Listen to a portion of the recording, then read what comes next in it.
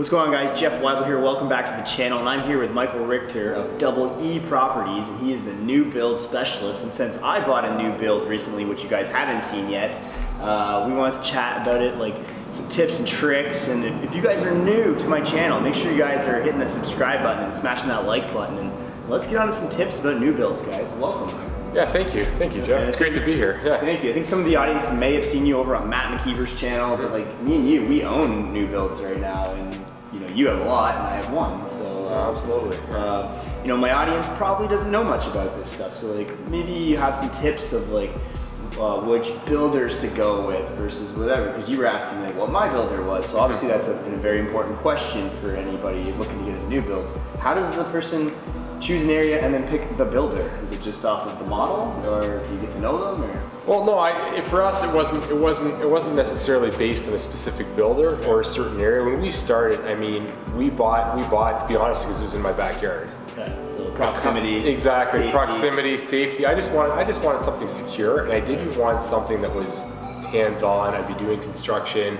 I'd be dealing with bad tenants, and hearing all the horror stories. That terrified me. Yeah, like there's probably a lot of people on the channel that like following Matt McKeever into creepy basements, but you didn't, right? You want a nice new build. So. At the time, you know what, it was great for our family. My wife had, you know, just gotten pregnant, and I had a heck of a time trying to get her on board and tell her why this is doing good. And she, you know, she hears the horror stories through friends and family, and I said, you know what? Toilets, midnight.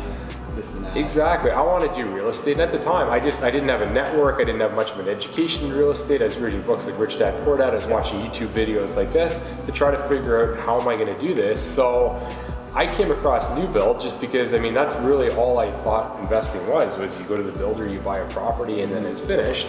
And I looked at my situation at the time.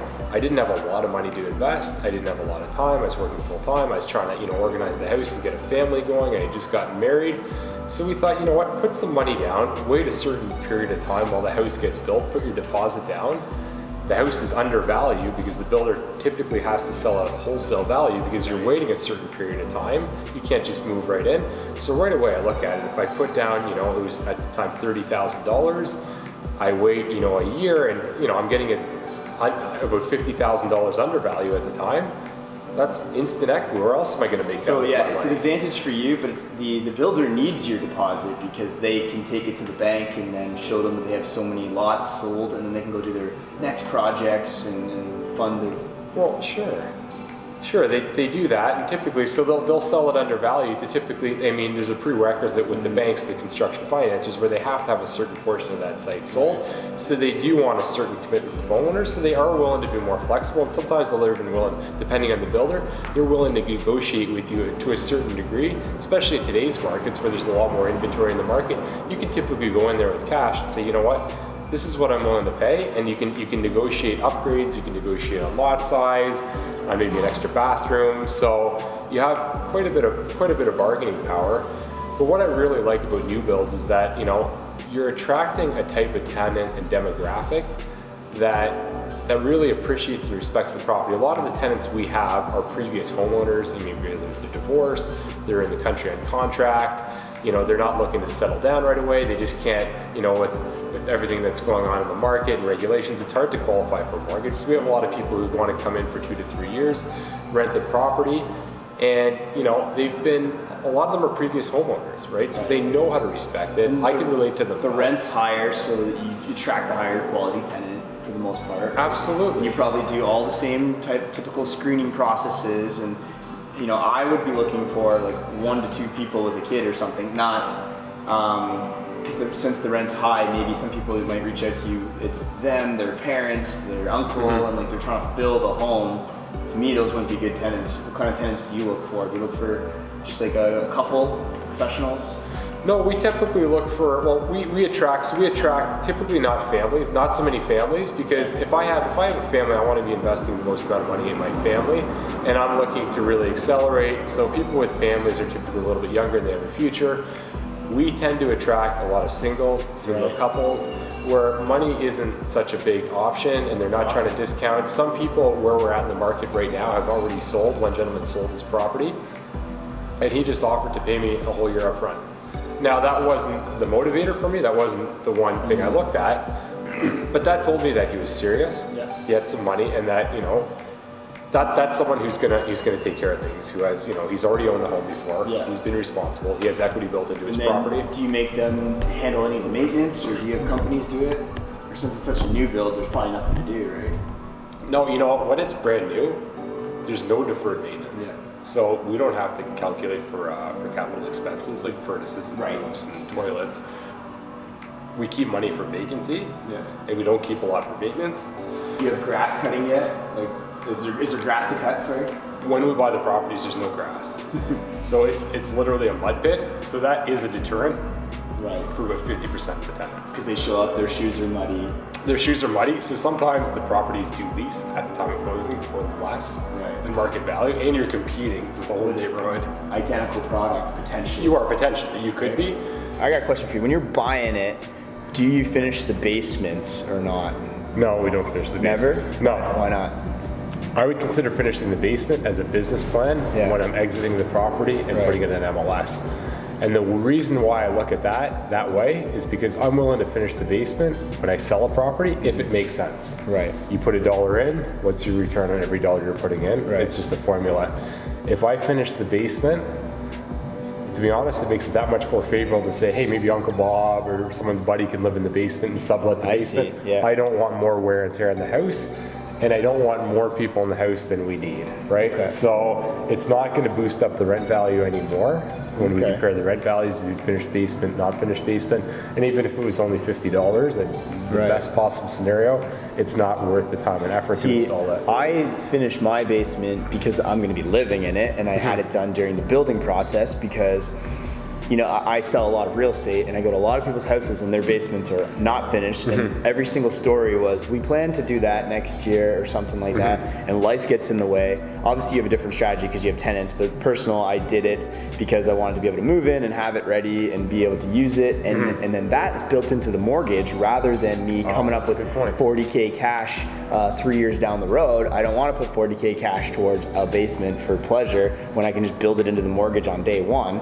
And then if I do go to sell, then it's already done. We're not trying to sell and then do a basement at the same time and then just living in the renos for the period of time. And you made a really good point, because often when I look at this and I sort of coach people going through it, I find they'll overspend on upgrades, and they'll look at how much they'll spend, and I always say, okay, why are you buying it? The way I do my own house and the way I finished my own house, my own basement, when we did renovations to our house, is a lot different than what I do for a rental property, because I'm in a different market, and you have to ask yourself too, One more light isn't going to get you $100 more in rent. No, it isn't. And a few points that you made, that's really good, because it's a homeowner occupied house. You're getting personal benefit from that basement. So you're willing to pay a little bit more from the builder. It's a little bit more than getting it done, but then you don't have to deal with dust. You don't have to deal with maintenance and management. That's not your business that you're in. Right. And you're getting a benefit from it as a homeowner. Yeah. Okay. But as an investor, you want to look at, okay,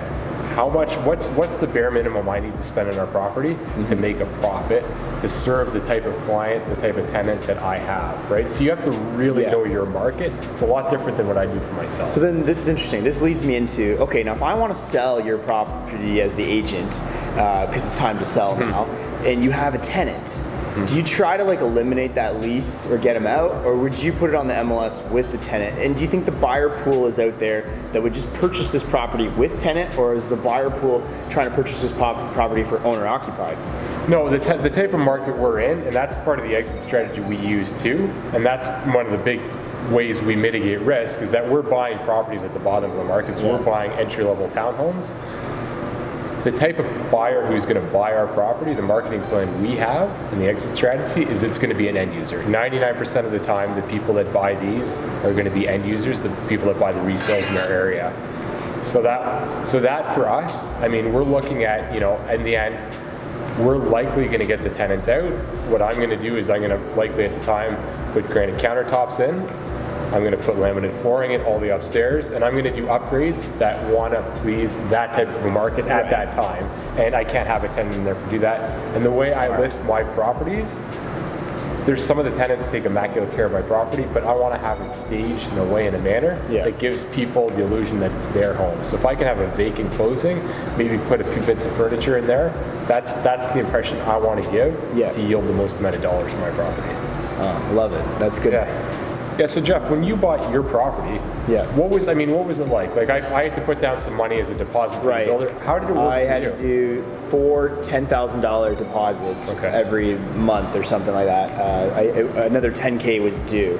And then when I wanted to do the basement, I had to add a little bit more. So, but not too much more because it's in the mortgage. So. And like, what was that like? Because I mean, it's not like what incentivized you to buy brand new over resale? But it's actually similar to you because I got in very early, and the builder works at my broker, or my brokerage sells the builder's product. So I just kind of like had my ear to the ground, and I knew a new phase was starting, and that the lots were available. And I talked to my broker, and I got a lot pretty much. I was able to pick my lot very strategically for what we wanted to live.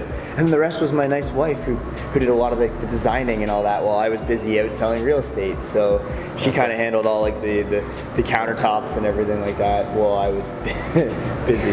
You're lucky. I mean, we used an interior designer. I don't have a design eye, and my wife and we don't want to second guess. So one of the investments we made, we just paid the best $200 we did, and we just recycled the whole process every time. And for us, like one of the scary factors was we got called in for the 3-hour meeting where they say pick everything, and you're like, I have to live with this. I know. And you're just going flipping through a book, and it's like flooring and showing the countertops and the cupboards, and it's like, I think that works, and you're just trying to like picture a house in your head. So. Yeah, it can be difficult. I mean, we've done it before, so it's easy for us. Right. But I mean, doing that the first time, I always recommend, if you don't know design inside and out, you don't want to second guess yourself, and you want that disciplines of staying in budget, it's so easy to get carried away.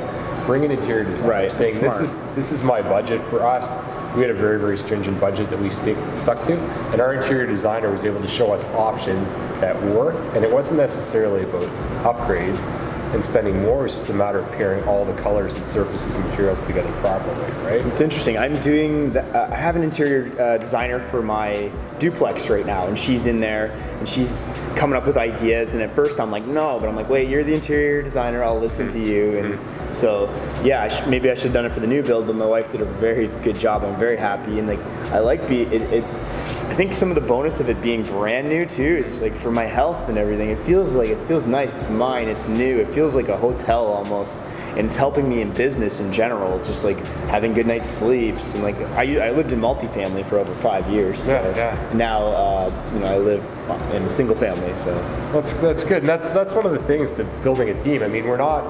It's like Jeff. I mean, your wife is great at that, right? That's not one of my skills. I don't have a design eye for that. So I always say, if you're not good at something, you don't love doing something, hire something that is. Outsource. That's my favorite word. That's why we've been able to do what we've done, because we hire people that know the business inside and out, and aspects that we're not strong at. We hire the right people, so it's not an excuse for us not to get going. Yeah, it's good leverage. Colors or build a property. I had the builder, I had the interior designer. Exactly. All I had to do is facilitate and pull everybody together, right? And I was just wondering, how long did you have to wait for the property to close? Yeah, actually, interesting. So we bought it in July 2017, and it was supposed to close August 1st, 2018. And guess what? About June, they said, you're delayed. No bricklayers. Bricklayers were making more than doctors in London. So get into the trades, you guys.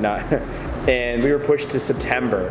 And there's nothing as the buyer you can really do besides sign the piece of paper. They don't give you any extra money. They don't. And luckily, being a real estate investor, it was like, okay, I still have a place to live because I wasn't selling my other property. But what would a person do that's already like signed out of their apartment, or they've sold their other house? Like, they got to go live in a motel when these new builders aren't ready in time. Have you had any properties that weren't ready in time?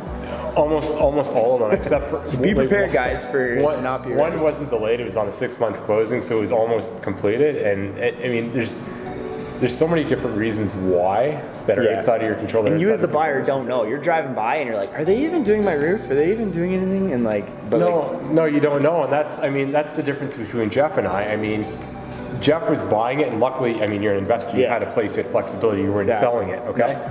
But if you're, I mean, like, what are you going to live with your in-laws for 6 months know. or buy a And then hotel? See, You're you gotta probably be- moving into this because you have a family potentially, Yeah. and like, yeah, you got to go to the motel or the in-laws or the friends, and you're in a. It's not. It would be very nerve-wracking if I wasn't in the financial position I was with my rental properties. So, yeah, the public. But for us, I mean, you know, the difference between me waiting a year to close the property and 18 months, it's really irrelevant. I mean, it does get challenging in the sense that if I have another property closing behind that, Yeah. I might overlap properties, and then I have to quickly readjust my strategy. And be But flexible what on if you had a lease that was everybody's like ready to move in September 1st, and then the builder's not ready? Then you got to call that tenant and be like, we're not ready. Well, I mean, typically we won't, because we'll always have, I mean, the builder has to give you 120 days notice on that. So you're gonna have enough time to Okay. recalculate. We likely won't have leases. Good tips. We did, on our third property, we did actually have tenants that we Right. knew at that time. And I had more of a scarcity mentality back then. So I'm like, oh my goodness, we have to keep these tenants, we have to keep these tenants. And we did. And, you know, I felt terrible for them. I mean, even though I was just the investor, but they kept extending their lease and readjusting with their landlord. And we kept pushing them back because the builder got pushed back with 3 times. And we still wanted to keep our word that we put them in the property. Right. But you just have to be ready for that. As Yeah. landlords, it's just a numbers game for me. But I mean, in yourself, you just have to be prepared on Yeah. what's going to happen, and know that when you buy a property, as easy as it might seem, okay, it takes, you know, usually 120 days to build a property from start to finish. There are many different variables that can come up that can really delay you. You just have to be prepared for that. So basically, there's something that can happen in purchasing any property, new builds or any resale property. Like, nothing's smooth. You have to be able to adapt. I'm sure even every new build has been a little different. There's always something that the builder did or something that you didn't. Oh, actually, can you talk about Terrion? So Terrion Warranty, they're basically, the warranty service doesn't go through them, but they're there basically to keep everybody accountable, keep the builders accountable. So we actually did make a claim with them, and you really, It's a 7-year process with Terrion, right? yeah, and they're there basically, they're just there to hold the builders accountable, right? So if anything happens, I mean, it goes through the builder, but we did come to a conflict of interest. There was a problem with one of the properties. We did have to file a claim with warranty. It's $280, I think, at the time. This is a couple of years ago, just to file that first claim. And then it basically, they pull everybody together. They have meetings internally, they'll have meetings with the builder, but then after that, they'll come to a judgment on basically what's in the best interest between you and the builder, and you have the ability to appeal that decision going even further. I don't recommend, I'd recommend only going through that for the worst possible scenarios, things that you can't afford to replace, because just the time effort and all the emails and all the proof that we had to do just to follow up on our claim, it was a lot more work than it's worth. So things that you can fix yourself that are just superficial, in the first place, Terrion isn't gonna warranty anything aesthetical. They're only gonna warranty things that have to do with major distribution system, structural problems, things that, you know, inhibit the ability to enjoy the property and live You know, in there. our builders say, put it on the 30-day sheet. So what's the 30-day sheet? You ever heard this? Well, yeah, the 30-day, yeah. So the 30-day, you're talking about the 30-day warranty, right? Yeah. So anything that you've missed on the pre-delivery inspection, on the PDI, that's what it's called, you put on the 30-day list. And I always recommend that people use their tenants as their best allies and team up with them. Just what I do is, because when I'm walking through the property a week prior to closing, when I'm walking on there on the closing date, when I'm walking on there, I mean, there's a warranty the day of, and then there's the 30-day. The 30-day is just there is basically a net to catch anything that you've missed on the closing date or on the PDI, right? So if you miss that, it's very easy to overlook things because you're looking at different things. We're looking at doing a few upgrades, putting up blinds, getting the property leased, and I overlook things. So if I'm very open and communicative with my tenants and I give them that safety net to say, hey, you know what, anything wrong, can you just help me? I want to make this a nice place for you. They'll typically work well with you and create an itemized list of problems that can go wrong because they're living in there, right? So then you do your inspection prior to the 30 days. You can't be a day late or else it's void. You use their list and you just compile one nice itemized list and you present that to the builder, and that's the system we've used every time. Awesome. Well, appreciate you coming on the channel, man. It was awesome. Thank you. How can Pleasure to be here. How can they find you? Okay, so we're on Facebook. Michael Richter, you can look me up. It's MICHAEL RICHTER, and we our business name is EE Properties. Yeah, if you guys got any questions, hit me up in the comments or hit up Michael on Facebook. And you can always get over and follow me on Instagram and see what I'm up to daily. But if not, if you haven't subscribed already, hit that subscribe button, smash that like button, and we will catch you guys on the next video. Bye.